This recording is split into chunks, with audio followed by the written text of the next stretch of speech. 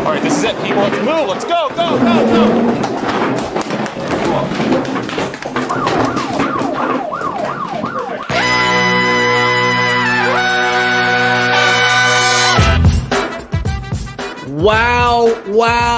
Wow. We've got an emergency podcast. This is No Dunks on the Athletic Network. Shout out to the stream teamers joining us live right now on YouTube. We just wrapped up a beach stepping podcast right at the end of it. Oh, Harden been traded. Okay, here we are. We got the emergency pod. I'm Skeets. We got Tass. We got Trey. We got Lily. We got JD. I think we even have, correct me if I'm wrong, we've got the Southern lawyer with us. We got ourselves a trade. Yeah, you can pluralize that, Mr. Southern Lawyer. We got a lot happening here. Let's break it all down. The Brooklyn Nets have won the James Harden sweepstakes, acquiring him in a blockbuster deal here that includes the Cleveland Cavaliers and then eventually the Indiana Pacers when it comes to the Rockets. So I'll do my best to present this trade or trades to all of you out there. The Nets are getting James Harden. Okay, that's an easy part. Nice. Check. The Rockets got, at first, Caris LeVert, Reax, Dante Exum, 4 first-round picks, and 4 pick swaps, all right? Now, a lot of those coming by way of Brooklyn, of course, but then the Rockets are also getting Cleveland's 2022 first-round pick by way of the Bucks. The Cavs, for their trouble, they're getting Jarrett Allen and Taurean Prince. Hey, not bad. But then the Pacers get in on the fun. This was the big swerve. Shams was dropping this one. Suddenly, the Rockets were trading Caris LeVert, who they obviously had just acquired in this Harden deal, and they were shipping him to the Pacers for Victor Oladipo. A second rounder also went with LeVert to Indiana. So, again, Tass, fact check me, my man. The Nets add Harden. The Rockets add Oladipo, Exum, Reax, and a number of unprotected first-round picks, and then another Cleveland first-round pick by way of the Bucks, and then a bunch of pick swaps. The Cavs get Jarrett Allen and Taurean Prince, and the Pacers get Caris LeVert, and I guess a second-round pick, if I have that right. Wow. Where do you want to start? Wow. All I care about is the Brooklyn Nets. They're the favorite in the Eastern Conference. Lock it in. They're definitely the favorite, especially in a year where it's kind of up and down. The Bucks are sort of mediocre at this point. The Celtics haven't been incredible. The Heat haven't been incredible. Brooklyn, yeah, you're going to say, well, can they stop anybody? You know what?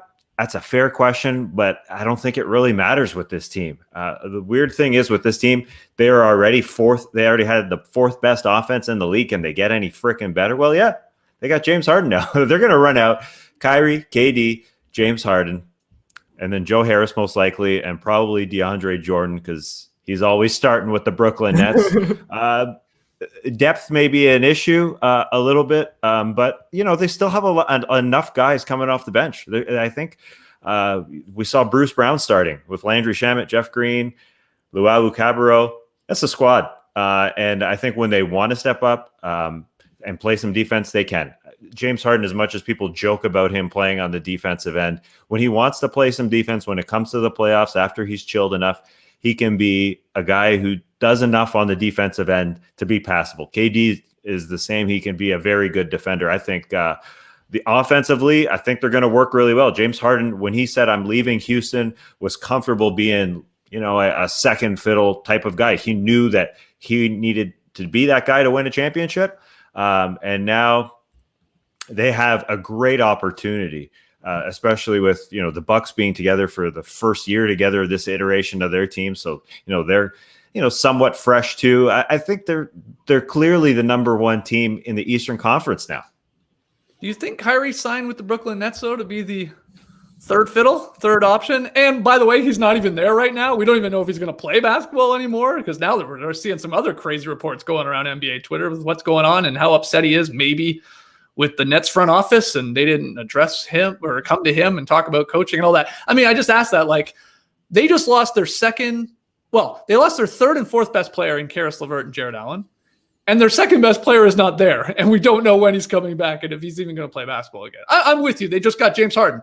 Hell of a combo forget Kyrie for a second. James Harden, Lee, and Kevin Durant, damn good. We've seen that work before and go all the way, of course, to a finals before when they were super young. They're much older now. But do you agree with Tass that, well, the Nets are the favorites right now, even if you take Kyrie out of the equation?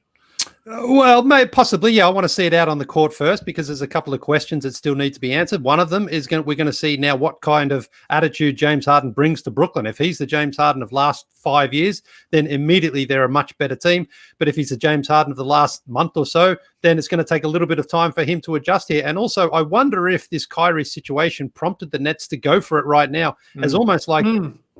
this is almost like an insurance policy because who knows what is happening here with Kyrie Irving, because we heard the Nets were interested in James Harden, of course, at the start. Then they seemed to cool off a little bit because things got off to a reasonable start for them. And now this situation with Kyrie has made them maybe think, you know what, let's get James Harden because we need a star player, certainly while we have Kevin Durant here. So I think the Nets did the right move. I mean, we always talk about it. You want the star talent and the star player, and there's no question James Harden is a star talent and a star player, but he's got a bit of an attitude problem at the moment. You can easily just sort of shrug that off and say now he's in a situation where he goes instantly to a contender, and we know that when he's at his best, he's clearly one of the top 5-10 players in the league, whatever you want to put him in there. So this is a great day, I think, here for the Brooklyn Nets because they got themselves a better team. They've cost themselves some of the young players, and certainly they've mortgaged the future in order to do that. But in the NBA, stars win. And James Harden is a proven star, even if he has a little bit of a reputation for not necessarily performing deep into the playoffs.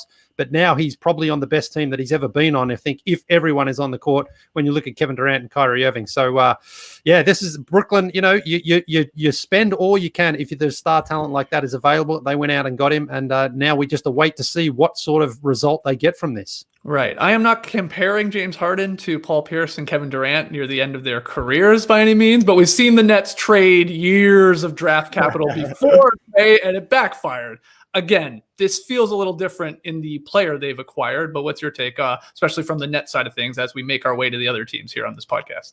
Well, I think this is an awesome trade for basically every team, but for the Nets, you're right. They're giving away their future like they've done in the past, like they did for the Kevin Garnett, Paul Pierce, that kind of put them in the scenario they were before Kevin Durant and Kyrie Irving showed up. But on the court, like Tass is saying, they did lose Caris LeVert. They did lose Jarrett Allen. Taurean Prince is a rotation piece for them, but it seemed like they could have lost a lot more with regards to all the players they're losing. I think that Jarrett Allen is going to be the biggest loss, no doubt, for the Nets, just because he's their best defender, which leaves them now an even more offense-first team. But like Caris LeVert, when you replace him with James Harden, Caris LeVert wasn't going to be getting touches anyways. But someday, Spencer Dinwiddie is going to be back on this team.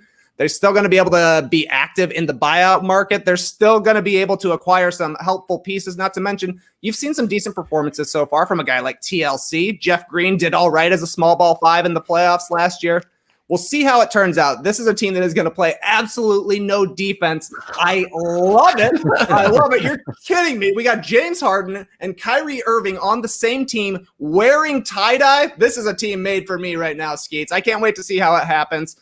Are they going to be the Nets champs by 2021? Count on it? I don't know. Slam Magazine, but right now I'm with Tass. I do think they are going to be the favorites in the Eastern Conference.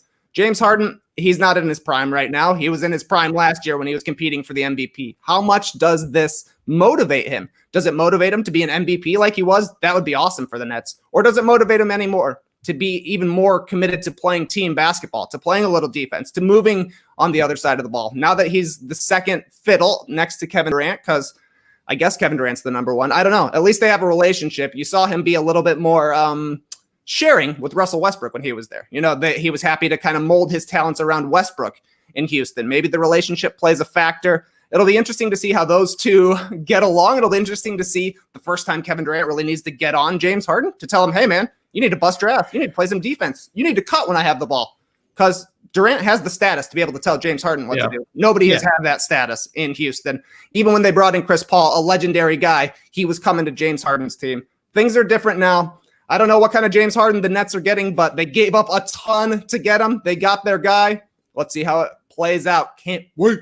Oh, my goodness. Yeah, we thought James Harden was going to be reunited with Daryl Morey, and in the end, it's Mike D'Antoni that he's reunited with in the Brooklyn, a part of the Steve Nash's coaching tree there, or team in Brooklyn. Crazy, crazy stuff. You guys are high, very high, it sounds like, on the Brooklyn Nets. Are you not? How can you I'm not not as be? high as you guys are. I'm not. I'm because look, there is a very weird cloud question mark surrounding Kyrie Irving and his role in all of this, and whether he's going to be there and can he work with these guys.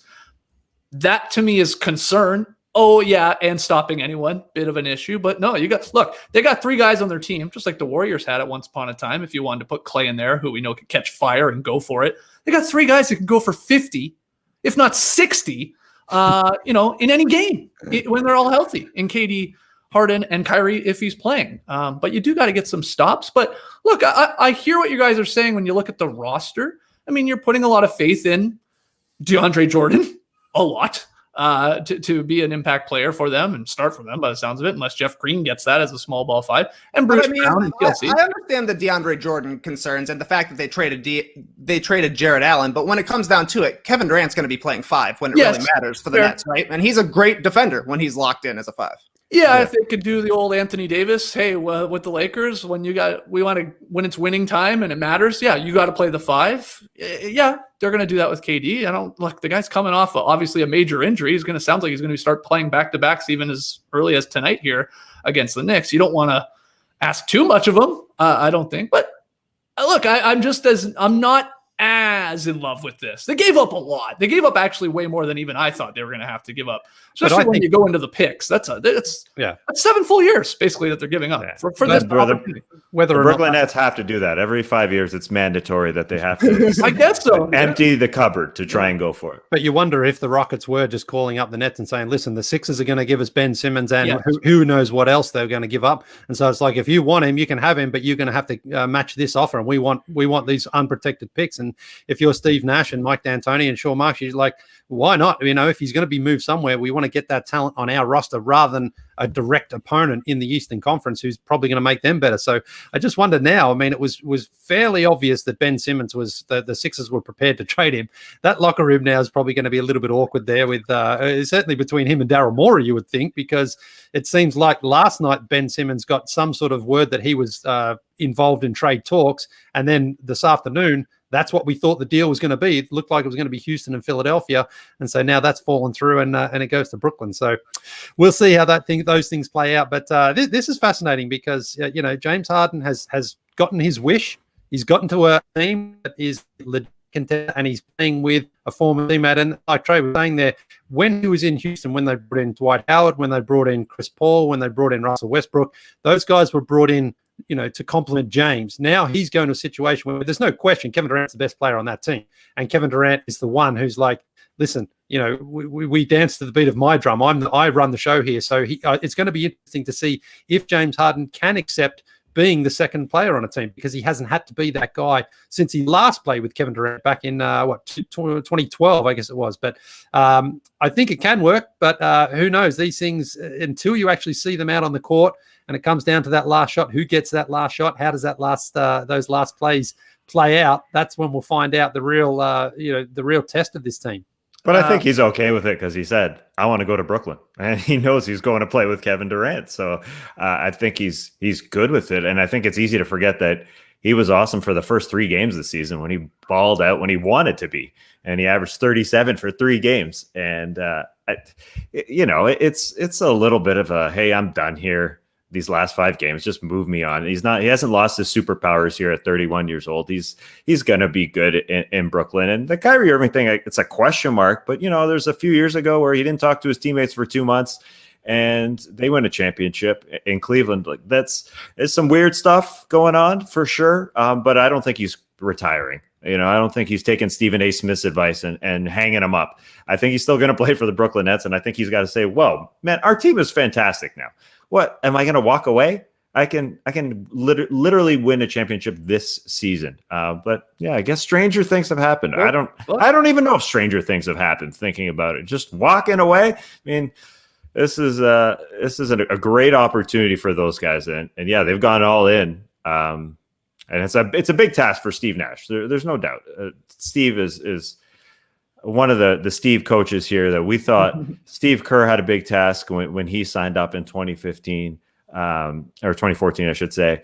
And this Steve, he's got a tall task too. But I don't know. They're older players too here, so they know what they want. They know what they need to get it done. And JaVale McGee was the starting center on multiple championship teams. If DeAndre Jordan's starting, they find a way, and the buyout market is available. So I think they figure it out here with a decent team. Even if they definitely, the cupboard is bare, and they gave away a lot of their rotation players, but they still have plenty right now. I think they're the clear number one right now. But the Lakers did that as well to get Anthony Davis. The Clippers did it to get Paul George and Kawhi Leonard. I mean, teams realize you've got to sort of try to get those players while you can. It's nothing new for a team to give up 5 or 6 or 7 years of draft capital to get a star. I'm not saying that's an issue. I'm just saying, come on, let's not pretend that this could be volatile with some of obviously the personalities that we're putting all together. It could work beautifully. Maybe Steve Nash and Mike D'Antoni and they all figure it out. But you're right. There's a hell of a lot of pressure now. The good thing is they have Harden under contract here. It's not like you got to win right now. Now that's what the goal is going to be. But, he's under contract for a couple of years. So you're sort of locked in with obviously 2 elite scorers. And then wherever Kyrie falls into this mix. Yeah, I just could see where it could get nasty in a hurry or confusing in a hurry again, but maybe not. I'm pumped. I love when this stuff happens. I love craziness. Everything was happening here on NBA Twitter. Let's pivot to the Rockets sort of get here. I guess maybe that's where I'm a little disappointed from the Rockets side of things. I was very high on Caris LeVert. I was very high on Jarrett Allen. And in the end, the Rockets don't get either of those guys, but of course they get Oladipo, which is funny because if you remember, I was talking, I think it was last week, pointing out that I see a comparison possibly between Caris LeVert and Oladipo before he went to Indiana when he was the Thunder. And wow, given a bigger role, maybe this guy like Caris LeVert could be like Oladipo pre-injury turning into an all-NBA player. I think it's there. So now this is the perfect litmus test to this because now LeVert is literally replacing Oladipo in Indiana and the Rockets get Oladipo. What do you think, Trey? Let's start with you with the Rockets coming out of this. Obviously, it's focused on a lot of the picks. That's huge. But what about the player in Oladipo? The picks are huge, and to me, it shows that the Rockets ultimately valued picks over players, which is a smart move considering all the draft assets that have been shipped out when Daryl Morey was still out there in the Chris Paul and the Russell Westbrook trade. So getting I think people are calling it 9 first-rounders. Maybe it's only 8 first-rounders. It's kind of hard to tell at this point. We'll see how things work out with the swaps. They've got their draft back, which is crazy to think that at the end of last season, we're like, what are the Rockets ever going to do? Now they're back. And the John Wall trade has worked out for them. At the very least, he looks like he's going to be a starting point guard still, at least the guy that you can roll out there and be competitive. He's got a chip on his shoulder. Christian Wood is good. And Victor Oladipo, he's going to give him a little bit more juice off the ball, especially considering James Harden wasn't giving him that juice. The question will be, is he going to be there long-term? I don't know. I mean, we'll see how it plays out because right now that would mean you are the Rockets and you're building around John Wall, DeMarcus Cousins, and Victor Oladipo, all guys who have missed significant time with injuries over the past couple of years. That's a question. But when you've got your draft back, I think that certainly helps. Getting this return for Harden is what they were trying to get after. They wanted a young guy. Surely they would have loved to have Caris LeVert and the stability of having his contract for the next couple of seasons. But Victor Oladipo's a perfect throw-in to get when you're shipping out an MVP caliber player. Yeah, what do you think, Tass? How the Rockets did in this crazy day? Well, yeah, I agree with you. It would have been a nice pivot to get a Jarrett Allen on the roster, but they do have Christian Wood. They're very happy with him. I love me some Caris. But we have seen nice flashes of Victor Oladipo. It's an interesting move right now. Right as we're talking here, they get Victor Oladipo for a few months, and then Victor Oladipo becomes a free agent. And Victor Oladipo he's playing for between someone's going to sign him to at the base a 10, 12, $15 million deal, or if he looks amazing, somebody could sign him to a max. So this is a huge showcase for Victor Oladipo. He's one of he's such a unique player in the NBA. Just the way he moves out there, he's fun to watch. But I wonder, as far as players go, how that's all going to shake down. You got John Wall playing, handling the ball. Victor Oladipo's going to want to get paid. So that's that's just an interesting experiment for the next few months. But as Trey said, it doesn't really matter. They got all this draft capital. They're looking towards the future. And it's not so much what you pick from those draft picks, what those result into, or what those result in terms of players, but sometimes to move those picks is the important part. Because there are a lot of them are Brooklyn's picks, and Brooklyn plans to be good, so they should be in the 20s, but you can swap those, at some point. You cash in on those babies. And they had to do something like that because the cupboard was absolutely bare. I think I would have liked it if it was a Jarrett Allen or a Caris LeVert a little bit more. But at the same time, that's as many picks as you can possibly get. We are not draft experts on this show, but they got 4 picks and 4 draft swaps. I mean, the maximum is usually 7, but they got one, via Milwaukee there. So they maxed out. That's all you should. That's all you should desire as a GM. If you're Raphael Stone in that position there, you gotta fill the cupboard. And they did just that. That's how you got to build the team. It might not be great for the Rockets these next few months, but long term, that's what he had to do. I hope we find out details leakly of what the Sixers were willing to offer, how far they were willing to go. Let's assume Simmons is there. Okay, he's the building block. But then what else was it, right? You're guessing the Rockets are saying, no, we want Tyrese Maxey, we want Thibault, and we want a bunch of picks. And my gut says, obviously I'm not going off anything here. I'm not plugged in like Shams, but I'm willing to bet that Morey was like, we're not doing both, okay? We're not doing both to get James Harden here. We'll go young guys, maybe a Thibault, maybe even a Maxey, sure. But we're not also like going to get you even more picks, giving up all our future picks that we have. It's one or the other, man. And, I that's what I think probably happened here. But then that leads me to my question of, would you rather have Ben Simmons at the end of the day and less picks lately than Oladipo entering free agency and what they made out with here? It's a good question because I think Simmons is the better player than Victor Oladipo. But Victor Oladipo goes to a good situation because he's pretty much the most valuable free agent coming into the 21-22 season. I mean, there's guys like Kawhi Leonard. I'm taking him off the table because I think he'll probably sort of stay with the Clippers. I'm saying of those players who could move around and really use this opportunity to show other teams that he's healthy and can still be potentially an all-star player. This is a great situation for him because he's going to be playing alongside John Wall and he's going to get a real opportunity because he's been okay so far for Indiana. He hasn't been playing back-to-backs, but that's more sort of to do with recovering still from his injury. So it's a great situation for him, and the Rockets kind of get the first look to see if he is someone that they want to invest in long-term. Do you want to give him a 5-year, $100 million contract? Maybe someone will. We always see these sort of things, and it depends on how desperate a team is. So he's still young enough that I think he can still bring that value to a team.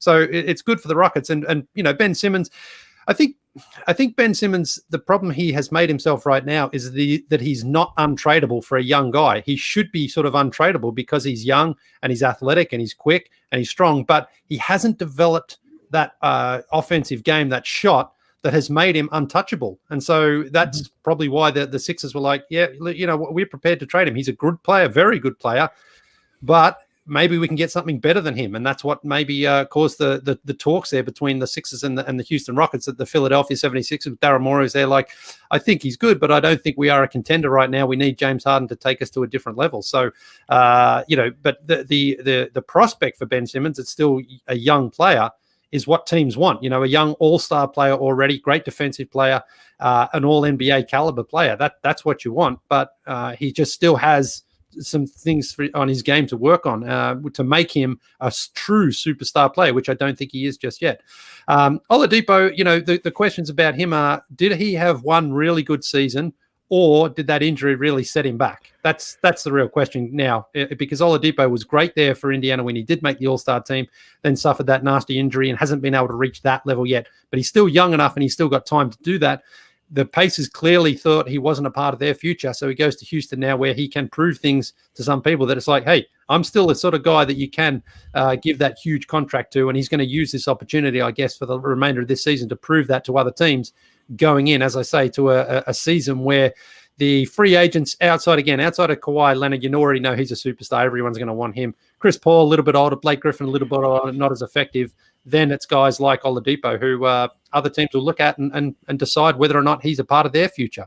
What a huge sigh of relief, though, for the Rockets here, just in dealing James Harden. I mean, a nightmare it was becoming the way he was playing. Obviously, all the teammates turning on him in post-game interviews, and him obviously giving up on the team. I'm not saying he's not at fault, but it must be for Stone and for Steven Silas, his first year coaching, to another Steve. Now I can at least coach like a team. I mean, it's Wall, Oladipo, Eric Gordon, PJ Tucker, we thought might be included in a James Harden trade. He's still there as of now. Christian Wood, the Rockets on paper, everybody healthy. It's not a bad 5 right there by any means. I'm not saying that's a championship contender, but that's a pretty good team, I think, still. So yeah, it'll be fascinating to see. The Rockets wanted, what they told us was obviously a young franchise cornerstone, and then a boatload of picks. Yeah, and you're doing that, Trey. It's like, Oladipo, is he possibly still a youngish franchise cornerstone or not? That'll be the big question mark of whether they continue to sign him. I would think they have plans to move forward with him if he plays the way he's been playing for Indiana, but we'll see. They got the boatload of picks. That's for damn sure. They made out on those. I had people on Twitter last night telling me nobody's going to trade picks for James Harden right now. What the hell are you guys talking about? Come on. Yes, they are. He's mailing it in. He's pouting. He wants to be traded. They're going to trade a lot of picks for him. Just like Drew Holiday, for crying out loud, got 3 picks for him. If he got that, James Harden's going to get more. Don't check the replies, Skates. Don't check the replies. No, these are people that I respect. I appreciate. I couldn't believe they were coming back. Name those names right now. Ron Benson. Boom, though, baby. Former colleague at Yahoo Sports, former NBA player. He had a cup of coffee, right, in the NBA? I think he did, and obviously played overseas, had some success. He was just saying, I don't know if there's going to be all that many picks included in a James Harden trade. Yeah, there are. That's what the Rockets want. They're telling teams, go get me a ton, and you might get James Harden. And don't worry, he won't be 18 points per game and having all those pregame meals. You're going to get the old James Harden. All right, you'll be fine. And that's what I do believe that. I think the Nets, we talked about it on this morning's podcast. You're going to get James Harden of old. He's not going to be brutal like he is just walking through games like a little zombie right now and pouting. He's not going to do that. No, he was awesome to start the season, but the Rockets took it right to the line. Right, this could have gotten ugly. It could have gotten like Anthony Davis a couple of years ago. That's all, folks. They could have been that really soon. Yesterday, James Harden walked out of the press conference, but I appreciate how far they took it. I mean, they created a little drama, but they didn't mess up their franchise by any means. And there's guys like John Wall saying it's terrible when you're in a basketball situation and somebody doesn't want to be there. Yeah, we just can't move forward. John Wall is speaking a good game totally. So this is his opportunity. He is saying the right things. This is his opportunity to help lead a team. This just made the NBA way more intriguing, even with the Rockets to be a playoff team. Obviously, with the Nets and the other teams that got involved here. It's a friggin' blast. Yeah, I'm looking forward to seeing what the Rockets do, and if Vic can be Vic, but Harden's gonna be Harden. Harden. I love how everybody says, well, James Harden can play defense in the playoffs. Remember, he blocked that shot to win a game. Yes, he did. But I think he can play enough alongside those other guys. They're going to motivate each other. We're going to see him lollygag in March. But when it comes to May and June to try and get his first ship, I think everything will be right in Brooklyn. Everybody will be on the same page. And just to circle back very quickly to the Sixers, Lee, you said it could be maybe a little awkward, right? With Ben Simmons' name coming up in all these trade talks, and here he is, as of now, still on the Sixers roster. Maybe he's still on the move. Maybe there's a Bradley Beal trade to be had where the Sixers pivot to that way. And maybe that ends up working even better for them. We're not done here. The NBA season's already been insane, so there could be more trades coming. I'm just chucking that out there. Trey, of the other two teams that got in the mix here, the Pacers, like I said, getting Caris LeVert, and the Cavs getting Jarrett Allen and Taurean Prince. Of these two teams that sort of came out of left field, let's be honest, which one of them, or maybe both of them, impressed you most with what their haul here on a Wednesday?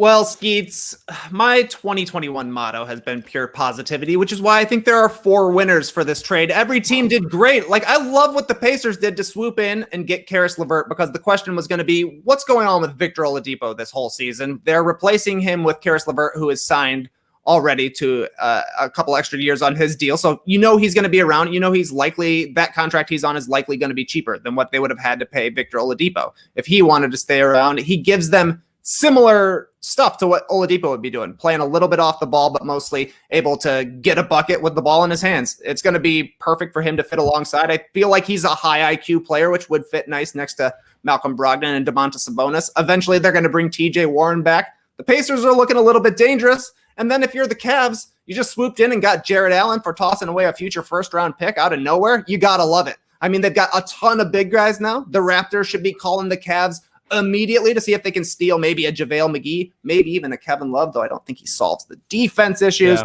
But the Cavs, just to get Jarrett Allen when it didn't feel like they were really in the mix for anything, that's nice. He fits alongside the Sexland backcourt real nice for their future pieces going ahead. They need a nice wing, and then you're talking about a pretty solid nucleus there in Cleveland as well.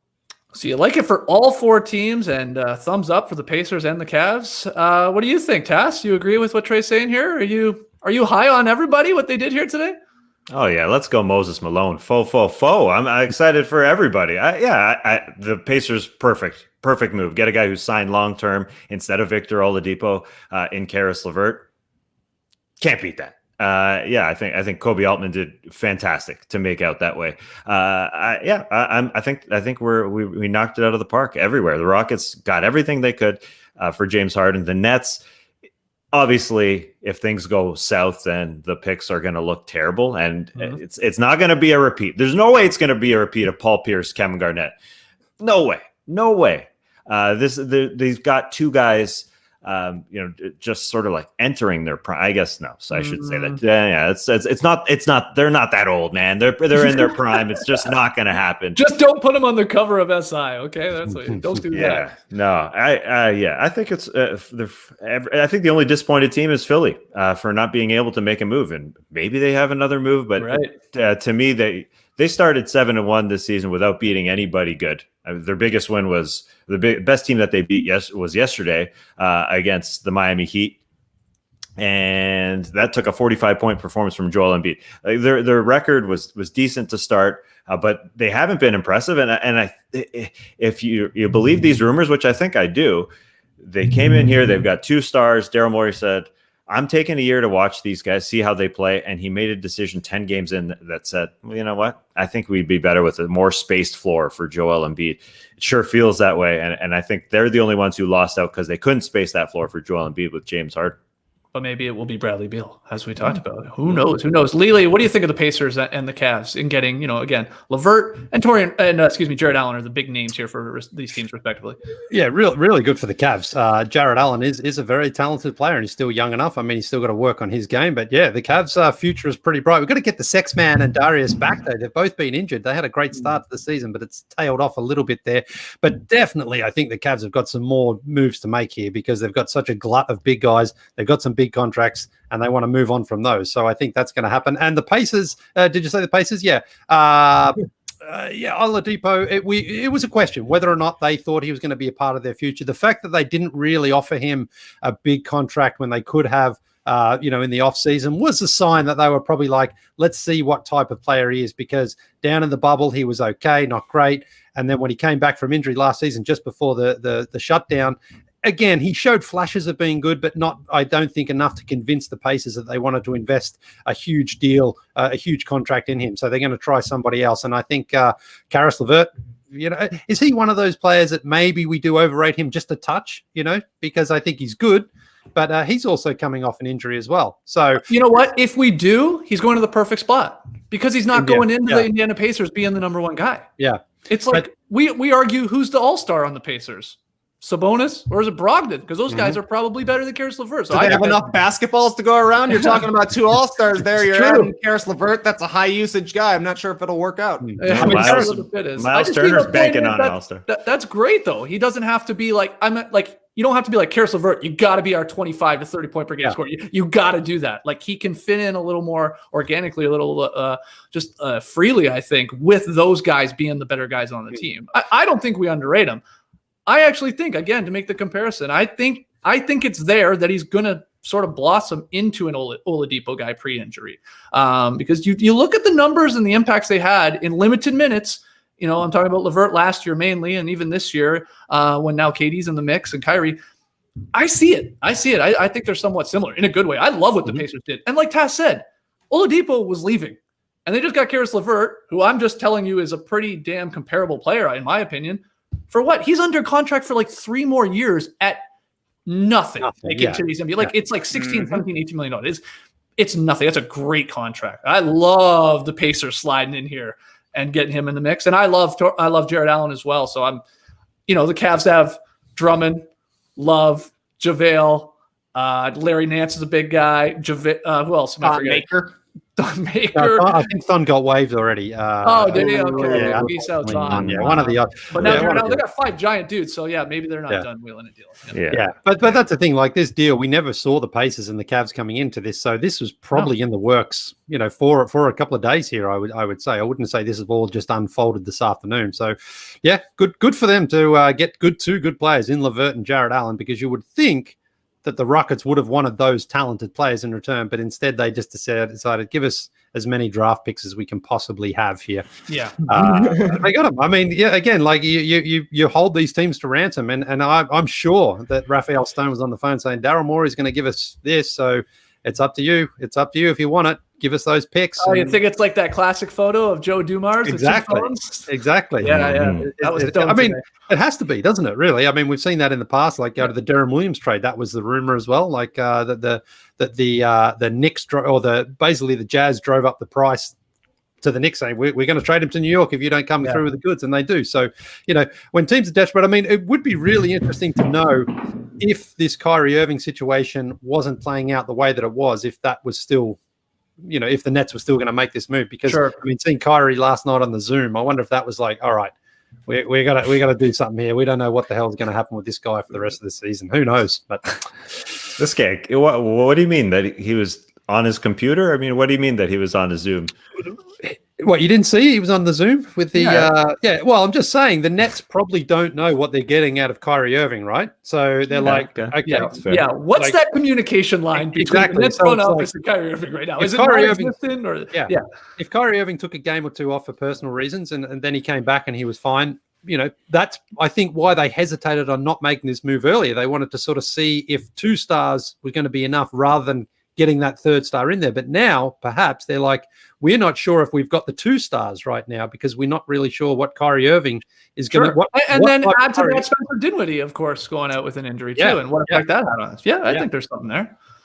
This is crazy. Anything else to add to this exciting NBA day? Feels like the trade deadline, does it not, Trey? I mean, I feel like more moves are coming. Oh yeah, it definitely feels like more moves are coming, because this has everything. This has a little bit for everything. If you love super teams, you love this for the Nets. If you love a team that always wants to be competitive, put the best product out there, you love it for the Pacers. If you love a rebuilding project, you love it for the Houston Rockets. And if you love a weirdo team that can make some more moves, it's the Cleveland Cavaliers. There's got to be some sort of more trades out there, right? The market is open. There are imbalances now on rosters of where players are. So it seems like people will be moving, and No Dunks will be banging the classics out, no doubt about it. Oh my God, I feel like all I've done today is sit on this Zoom and talk to you guys about basketball. It's true. We're gonna hang up here, and there'll be like a Bradley Beal trade coming down the pipeline in an hour. I'll talk to you guys basically in an hour. And we're not sitting here like Kyrie Irving with our hand, caressing our chin. No, he was just deep in thought, Tess. No, I know. Kyrie Irving was. I think Kai's coming back, and they're gonna be totally fine. He's doing whatever he's doing, the East is exciting. I underestimate the Bucks every year, but they're gonna be there. And I always there's one team I don't really enjoy watching. Usually it's the Pacers, because they're gonna be good. But this year I'm in on the Pacers. I love watching them, and to add Caris LeVert when. You're not going to be able to really reel in a huge free agent if you're Indiana. That's just the way it is. to play along with the team that's 7-4, winning on the road, and Miles Turner's playing the best Miles Turner he's ever been with 4 blocks per game. Like that's a team, man. It's going to be hard. It's going to be hard. You're so high on the Brooklyn Nets. I want to be a Dennis Schroeder right now and put a Benjamin on it. Would you bet right now on the Nets winning the title? $100? Oh, title? Can we win the East first?